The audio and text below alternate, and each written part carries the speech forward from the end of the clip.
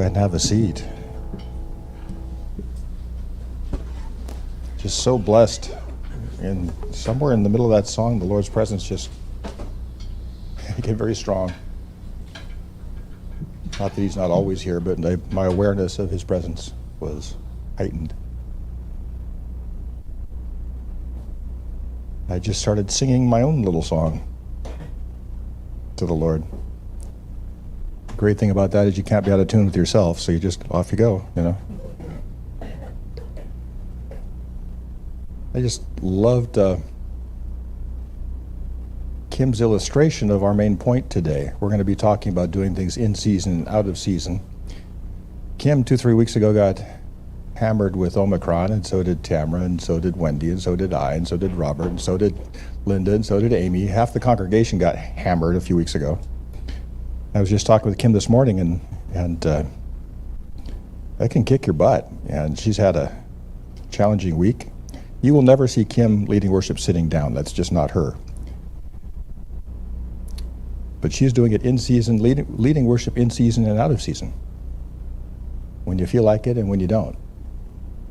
My wife's from Holland. They've got wonderful sayings because they're a country full of bike riders, and it's flat and it's windy. So you're either riding with the wind or you're riding against the wind. And they have a phrase, dit valt tegen, this falls against us, or dit valt mee, this is going with us. And we have headwinds and tailwinds in life.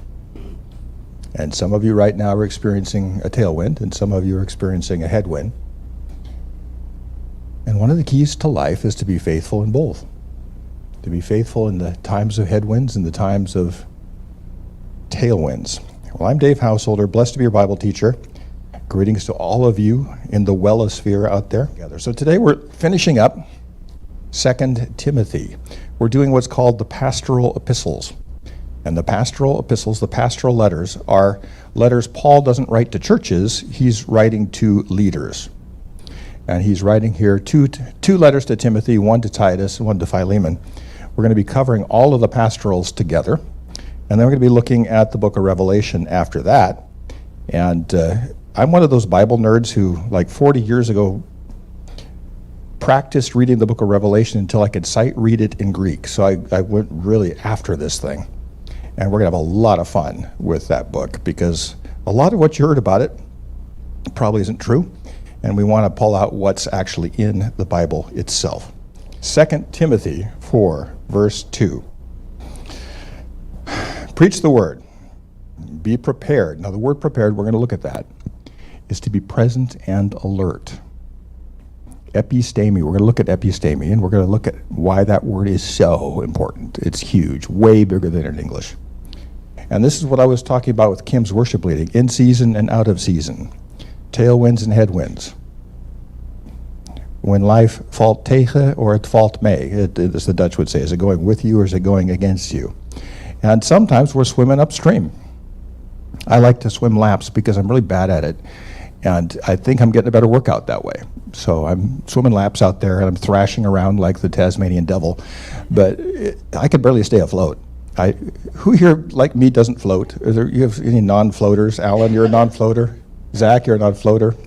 Yeah, I work hard at that. And it feels like I'm always swimming upstream, even in a pool.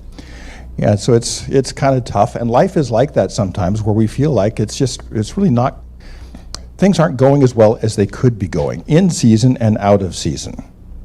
Correct, rebuke, and encourage with great patience and careful instruction. Now, I told you we were going to look at the word being prepared. Be prepared in season and out of season. And this word here is the basis of a really important word called epistemology. Say that after me. 1, 2, 3. Epistemology. Epistemology is the science of knowing what we can know and what we can't know. It's a philosophical term. I was a philosophy major in college and in grad school. And I asked my advisor once, what's the definition of philosophy? And he said, it's an unusually stubborn attempt to think clearly. You just really go after these things. And you don't just let things lie if they look funny. You go after it. What's really true here? What are we really saying? Go after this thing. And epistemology is the purest form of philosophy. It's going after what we can know and what we can't know. Who thinks there's opinions floating around in America that perhaps aren't based in reality? I am so tired of opinions. I'm giving up a lot of my opinions because opinions are like belly buttons. Everyone's got one, and it's just tired. You're tired of hearing them from everybody. And what I'm going after is truth. And the older I get, the more important truth becomes to me. And I don't take my truth and impose it on the Bible. I try to be open-minded and read the Bible so that it can correct me. Does that make any sense? It's so important that we don't impose our views on the Bible. The Bible's smarter than we are. Epistemology, and the word Paul uses here is episteme. Stand clear, stand firmly on the things you know and be present, show up, be on top of it, be there, in season and out of season. Woody Allen, when he first got started, was getting all kinds of accolades for being a genius. And they interviewed him and they said, "You're a comic genius. How did that happen?" He says, "I'm not a genius. I just show up more than most people do. I just show up more than most people do. I show up and I'm present with people." You ever been with people who just aren't present with you? And they're looking past you and they're not really paying attention to you? Somebody once said that we're very fortunate if somebody really listens to us 4 or 5 times in a lifetime. Because people really don't sit down and really figure out what it is we're talking about and really go at the heart of what we're trying to say. So often, when I'm saying something, I can tell the other person's coming up with a story to top mine. And I'm thinking, that's not listening, that's just competing. There's something about listening to people and showing up. And that's what Paul says here, show up. Show up, be alert, be aware, be there. Be there for life. And pay attention to people and pay attention to what's going on around you. Because you can't be receptive if you're not showing up. So show up in season and out of season. And we get the word epistemology from the word that Paul uses here, episteme. And there's 2 other words here, in season and out of season. Kairos means season or a time, a sort of nondescript time. This is the season of a good economy, or this is the season of warfare, or this is a season of a recession. A season is sort of a nondescript period of time where there's a certain feel to it. We go through a certain kairos in our lives. You get those times where it's time to move or it's time to stay. You've heard that Bible passage where for everything there's a season. For everything there's a kairos. There's a season for all of these things. There's a season to embrace and a season to refrain from embracing. There's a season to bring stones together. There's a season to scatter stones. There's a season to start over. And in every season, we go through lots of seasons of life. We have to be prepared for the next one. Is there anything more pathetic than somebody holding on to the last season and not being present for the season that's coming? Dave and Kathy, you got quite a season coming. And to be present for that, and to show up for that, and to say, our life, this is new. As Kim was singing earlier, it's just making things new. You make all things new. And as we go through those seasons, the people we enjoy most are the people who embrace those new seasons and don't just live in the past. The temptation as we get older is our past gets really big, our future gets relatively small, and to live in the past is not very attractive and it's not very spiritually awake. So you, as in good, you means good, and kairos means a good season. Kairos, means as an alpha privative, that means not. Like a theist is someone who believes in God, an atheist is someone who believes there's no God. So kairos means crummy season. And we've all been through some crummy seasons. Just because you're a faithful person doesn't mean you don't go through really bad seasons. As far as the season thing goes, a good season and a bad season, showing up and being present for the season you're going into. And when you're in a bad season, being faithful.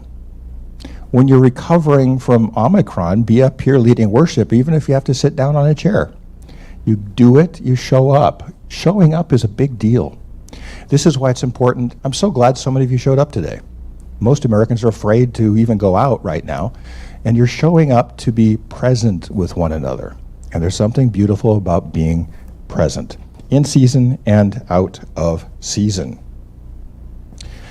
We're going to talk today about a traditional value called churchmanship. Churchmanship is like citizenship.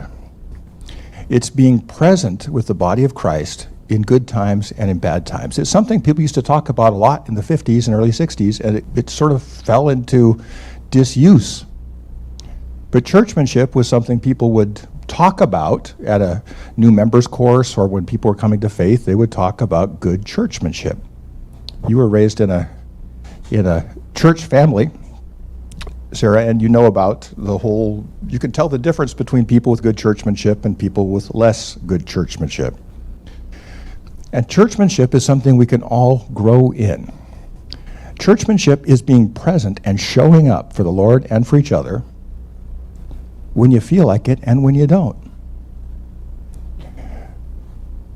Basically, I was raised in a family where churchmanship was a really high value. And we're going to talk about how beneficial that is for people. And I'm preaching to the choir because a lot of you guys understand that. That's why you're here. You showed up. And those of you watching online, you're showing up online. You're showing up for people. And this is so very important. We're going to talk about the benefits that come to you. It's being present in good times and in bad times. Sandy Miller, he's a colleague of mine who is a pastor. He's retired now in London. And Sandy Miller is just a funny guy. He's a very prominent pastor in London. And I went to a breakout session at one of his conferences in London, and he wasn't there. And Trish, his assistant, comes up to me and says, Oh, Dave, Sandy's terribly late. Could you lead the session? And I said, well, what's the session on? I just came to watch Sandy. He says, just talk about whatever you want to. So I got up there and did it. And Sandy afterwards says, what do I owe you? I says, you owe me dinner. And I got to have dinner with Sandy Miller, which is just, it's a dream come true for a young pastor. And I got to have, he was a big deal, just a really big deal in England. And so I sat with Sandy, and I said, give me some of your wisdom. And one of the things he told me, he says, I've learned that there's 3 conversions. And this was just beautifully put. The first conversion is to Christ, your salvation. It's when you come to faith, when your faith comes alive. Zach, that's happened to you recently. Kevin, that's happened to you recently, is your faith starts to come alive. And it's just a beautiful thing when you start to become more aware of the Lord's presence in your life. So the first one is to Christ. That's the most important one, salvation. The one we Americans don't often get is number 2. And that's the conversion to his church. The church is called the bride of Christ. And it's something the Lord loves dearly. And the truth is, the church is the hope of the world, people. It really is. The Lord is coming back for his church, not just for individuals. He's coming back for his bride. The church is a prototype for the way the Lord wants the world to work. Did anyone force you to come here today? It's voluntary. It's funded voluntarily. It's attended voluntarily. There's no coercion. There's no police in the church telling you must do this. We don't tax people in the church. It's all free will. We volunteer for. This is how the Lord wants the world to work. Can you imagine a world that was run like a church, that everything was voluntary, cooperative, relational, spirit-filled, God-led? This is the kind of world that the Lord wants to see. Who thinks there'd be a few less wars and a few less problems if we were to be relational and voluntary rather than a society based on coercion and force? We got pulled over by a cop on the way back from our anniversary trip, and he pulled us over near Brawley, California. He says, you've got the wrong license plate for your trailer. And no, we don't. We got the right one, because the DMV kind of knows which one to give to your trailer. But he was a young guy, and he thought he knew a lot. And he says, no, you got a fix-it ticket, and you got to go through all these different things. I says, what happens if I don't? Well, it just escalates, he says. It's just, you'll get in more and more trouble, and things, eventually, put you in an iron cage. No, he didn't say that, but that's kind of what happens. That's a coercion-based thing. There's no coercion in the church. It's all relationally based. And we really, the church, the world needs the church. And the church has fallen on hard times in the United States. And it's really not good for the country. We need to be showing up in person together and building up the church. And conversion to the church is all about churchmanship. It's about being a church person in or out of season. And I think it's a really big key. And the third conversion, Sandy says, is a conversion to Christ's cause. His cause for the broken and the lost. When Jesus says, "Thy will be done on earth as it is in heaven," who thinks there's a few things on earth that are not quite like heaven yet?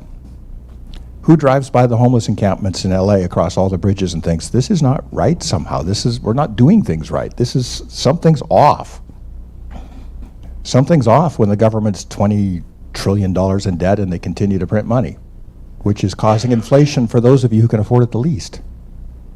Something's wrong when I go on and on. There's things we need fixing. So conversion to Christ, salvation, a relationship with the Lord, conversion to his church, and loving his church, that's churchmanship. And the third one is a commitment to his cause. And as long as there's lost and broken and hungry people, we need to do something about it. And things are happening. Do you know the number of people in abject poverty in the world has dropped so fast that it might be eliminated in the next 15 years? I mean, abject poverty, if it goes in the direction it's going. Because people are caring about that, and they are making a difference. And there's a lot of things in the world that people are working on, and we need to continue to work on. Who thinks that in America no kids should go to bed hungry? It should never happen. And we need to make sure that those things happen, and we need to work on those things. So that's the conversion to Christ's cause, to care about how things are going in the world. Number two is care about his church. Number one is to care about the Lord himself. But a lot of Americans go get saved at a crusade somewhere, and they do get saved, and number one happens, but then they never get to numbers 2 and 3. And their faith never gets put into action. And I'm just very grateful to Sandy Miller for giving me these 3 insights into conversion. He says, and my job as a pastor, he says, is to bring people along until they've come alive all 3 ways. And I thought, this is good stuff.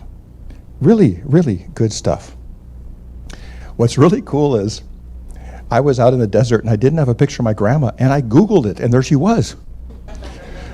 Googled my grandma. There she is, Cora Danielson. Boop, there she was at 20-some years old. And just to be able to find my grandma online was the craziest thing. It just is, that's exactly her haircut and the whole thing. And those were her glasses. I thought, yes, that's my grandma right there. But I asked my grandma about the family, and she and I were very close. Always make me sugar cookies and the whole thing, and just a sweet person. And I can't say enough good about my grandma, but I asked her about the family, and the family came from Norway and from Quebec, and so they were French, Canadian, and Norwegian. And she would talk about the family, and she says, what really made our family different is we were always very church-minded. She said, that's the word she used, church-minded, and it made a big difference in their lives, and in all of our lives. And I've always kind of taken that to heart. There's something to that. Americans want to be so individualistic. It's just me and Jesus. I don't need organized religion. The word organized also, there's another word that comes to the same root, organic. It's natural, relational faith. Who thinks relational growth is going to be a lot more long-lasting than individual growth that you're doing it all by yourself? When you do things together with people, you motivate each other. And you learn from each other. If it's just you and Jesus on the golf course, how long is that going to last? Are you going to be committed to the cause of Christ without a community? And who's going to help you through the nasty stuff? Because I was going to get to this earlier, but the nasty stuff is going to come. There's a promise in the Bible, and I'm finally getting to the part where I repeat something over and over, that nobody likes to hear. John 16:33, in this world you will have tribulation. You will face hard stuff. but rejoice, for I have overcome the world, which is exactly what Kim was talking about earlier. We fight from victory, not striving to a victory. And those beautiful things are really key, because it's going to keep coming. We're going to face headwinds. People think, oh, I'll become a Christian and I'll have no problems. I'm thinking, who was the strongest believer ever? Jesus. And he had a 3-year career and he got executed at the end. If you want to follow Jesus, make sure you look good on wood. It's not an easy path. In fact, when people first come to faith, they often get under incredible temptation and attack from the enemy. Tamara, how many people on Cursillo weekends the first few days afterwards just get hammered? Everyone. Because the enemy comes after them because you showed up on enemy radar. If you want to live a peaceful life, just be harmless. But you won't be doing any good either. There's a very good chance you're going to run into a lot of opposition if you stand for the truth and you really go after the truth. And things are going to happen to you. And we need each other when that happens. I can't imagine going through the things I've gone through without you guys. Because you folks have gotten us through some really nasty stuff. And it just happens in life. It just does. And without relationships, we're on our own. And we're on our own, it's no good. I've looked at my relatives. I've got relatives all over the place, in Oregon, Iowa, East Coast. And the difference between people, these are young people, young adults, the ones who are practicing good churchmanship and those who aren't, is night and day. It is a big difference. And I'm not saying their lives are perfect, they're not, but their lives are strong, and they're moving in the right direction, and they're committed to the cause of Christ. And you start to see this, and you think these people are making a difference because they're part of Christian communities and they're showing up for each other. And it's beautiful to watch. In my experience, I've been a pastor for 30-some years. I preached almost every Sunday for 30-some years. And I'll tell you, there are times that are Kairos, good seasons. I've preached in churches, worked in churches where 7,000 people show up on Sunday and you can't find enough parking for them. I've preached during COVID when they don't even let you gather, and everything in between. And the key is not to judge your success by whether or not it's a good season or a bad season, but by how faithful you are no matter how the season is going. Are you the same person when things are going well as when they're going badly? Some of you folks have been through some nasty stuff, and yet you continue to have that, I love this phrase, nevertheless faith. Yes, this is happening to me. Yes, this is real, but nevertheless, I'm going to see a victory. I love it when the worship leaders, both Kim and I think I see Jen over there. She's being eclipsed by Tom's epic beard. I can barely see her there. When Kim and Jen lead worship, I love it when they do that, because same with you guys, for 2 or 3 days, the songs keep going around in your head. And the songs from this morning are going to go around in my head for the next 2 or 3 days, and that's going to really help me in a lot of ways. So in my experience, you've got rain and you've got sunshine, and that's how life is. And I want to develop the kind of character who's the same person during the bad times and the good times, the same faithfulness. But that takes churchmanship. Now, I've been a pastor for 30-some years, and I've seen really good churchmanship, and I've seen people with less churchmanship. And let me say this right away. If you happen to be a person with really just zero churchmanship, we're glad you're here. We really are. This is not a comparison game. This is not... You're just starting out with the faith. You haven't developed this lifestyle of churchmanship. We're glad you're here. We're as glad you're here as anyone else. Who wants people in this church who aren't sure about their faith yet? We want people what's the point of giving an invitation if everyone's a Christian? Bring your non-Christian friends here. People with zilcho churchmanship. That's fine. We want you here. You're watching on TV for the first time and whatever, we're glad you're watching. So we're not putting down people who haven't developed this yet. It's one of those things we can develop. But I have been in the church for 30-some years, and I've seen really good churchmanship, and by far, this church, the Well, has the biggest percentage of people with great churchmanship I have ever been in. No question. And you guys know who you are. You're the same in good times and in bad times. You show up no matter what. But there is one couple that stands out.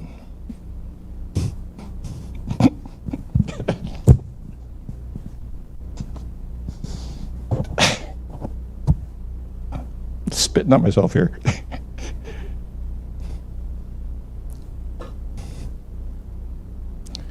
With the highest level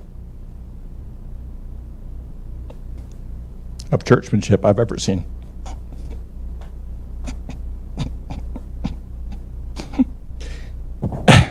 We really are happy for you guys. But you guys wrote the book on churchmanship. Got to move on.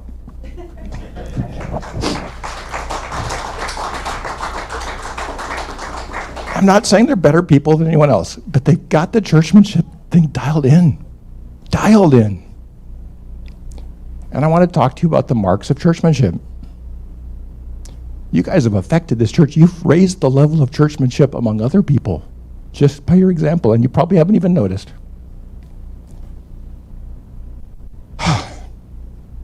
Let's look at some marks of churchmanship.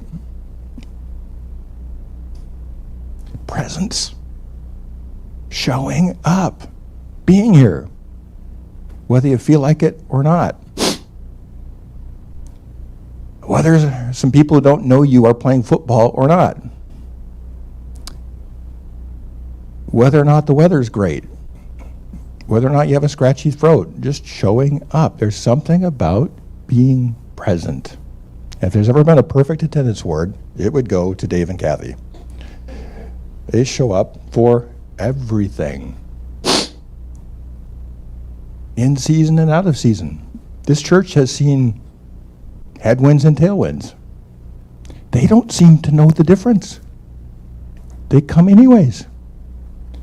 And they're not coming just because things are going well. There is something about that, and I'm so blessed we can celebrate the gift of churchmanship in these people as they go on. I'm really happy for them. I'm really happy for them. I think you guys are following the Lord. I think you're doing the right thing, and it's going to be great. It's your next season. Incredibly sad for us. But in season and out of season, it's 2 Timothy 4, verse 2 stuff. Churchmanship means support of church leaders.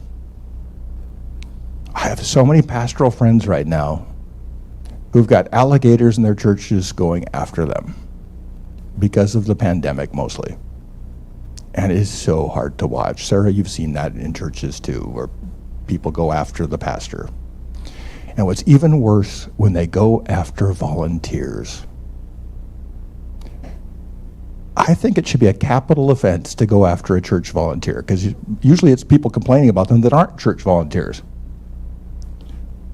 You want to poke the bear, complain about one of our church volunteers to me, and you will hear the snarl. I'm very protective of our volunteers.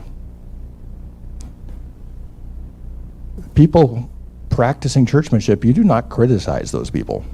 They're showing up, and it's super important.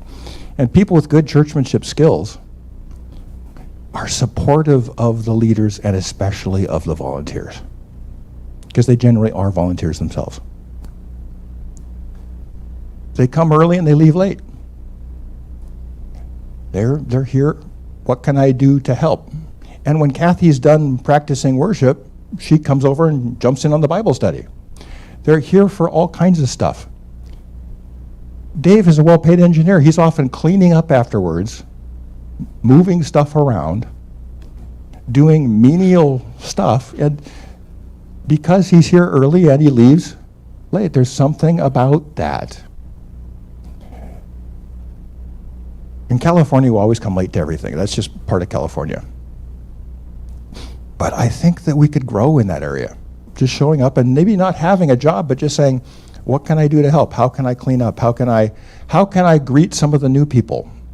How can I make sure that people feel welcome when they're here? How can I talk to that person I've never seen before afterwards and find out if I can pray for him or pray for her? That's coming early and leaving late. There's really definitely something to that.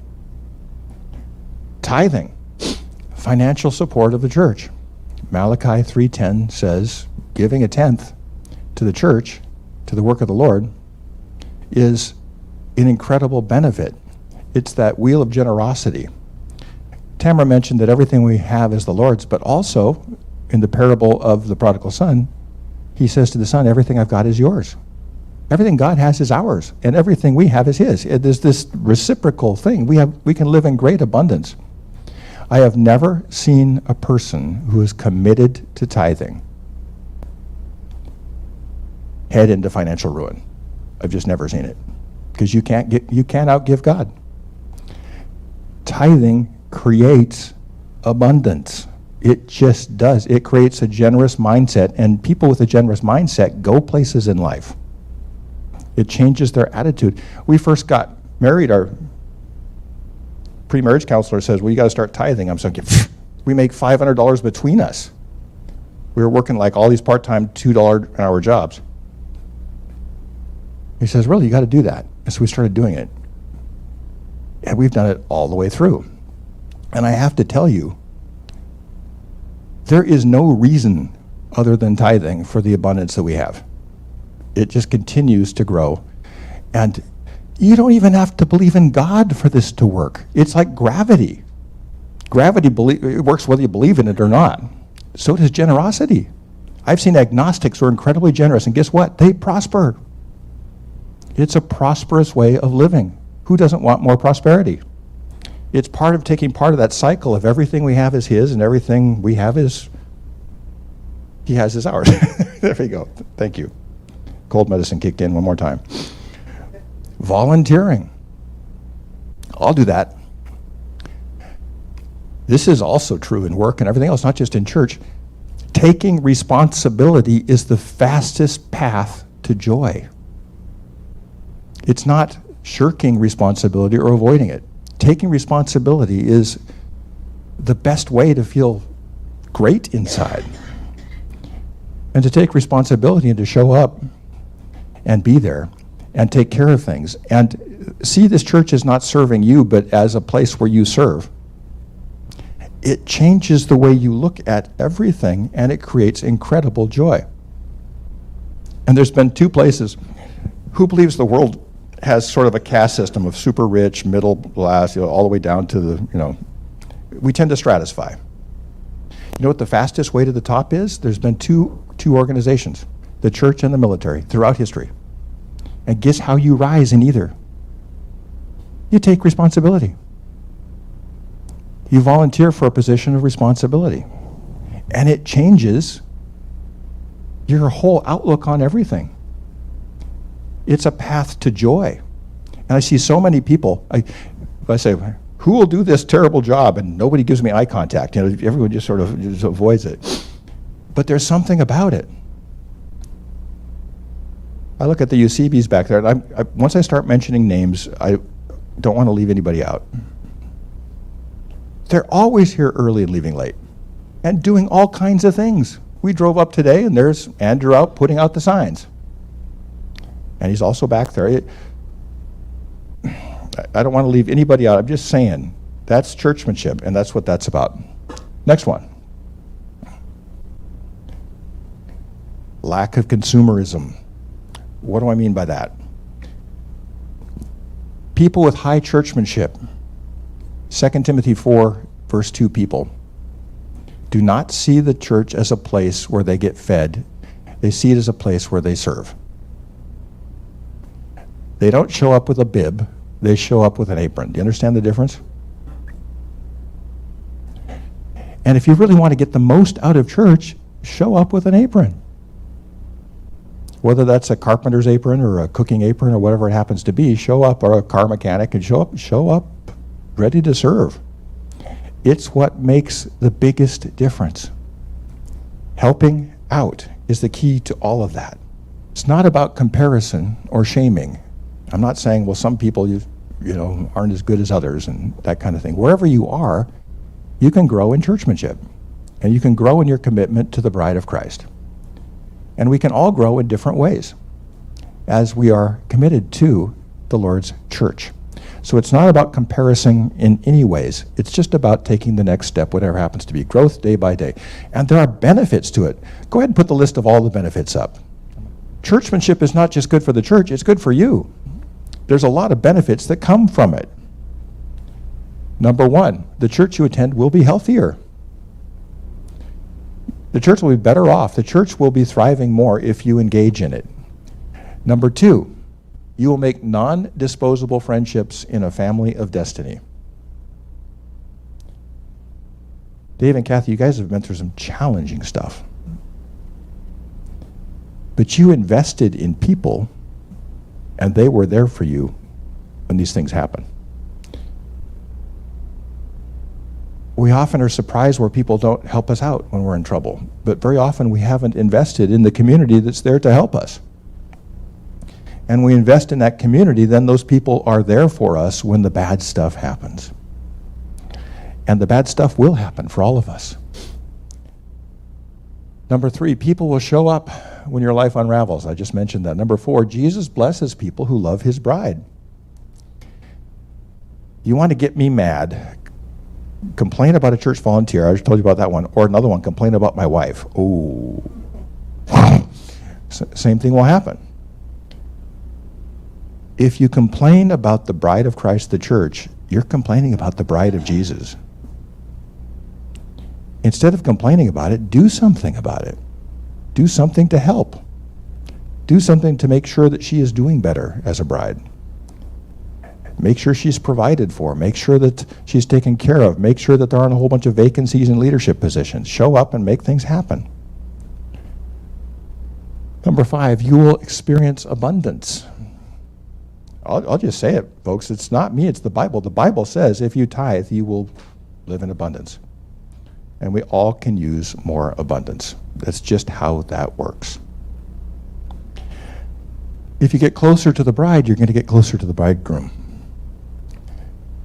Getting involved in better churchmanship will grow your relationship with the Lord.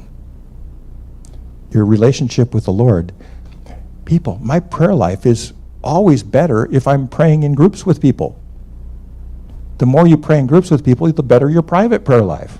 The more I study the Bible in groups of people, relationally, the better my life in the Word is. The more you engage in church life, the closer you're going to get to the Lord. That's just the way that works. It's an incredible benefit. Go ahead and change the slide there. God churchmanship. It's a classic traditional value. Now, if all of that was too complicated and too new for you, we'll put up the next slide. Just be like Dave and Kathy.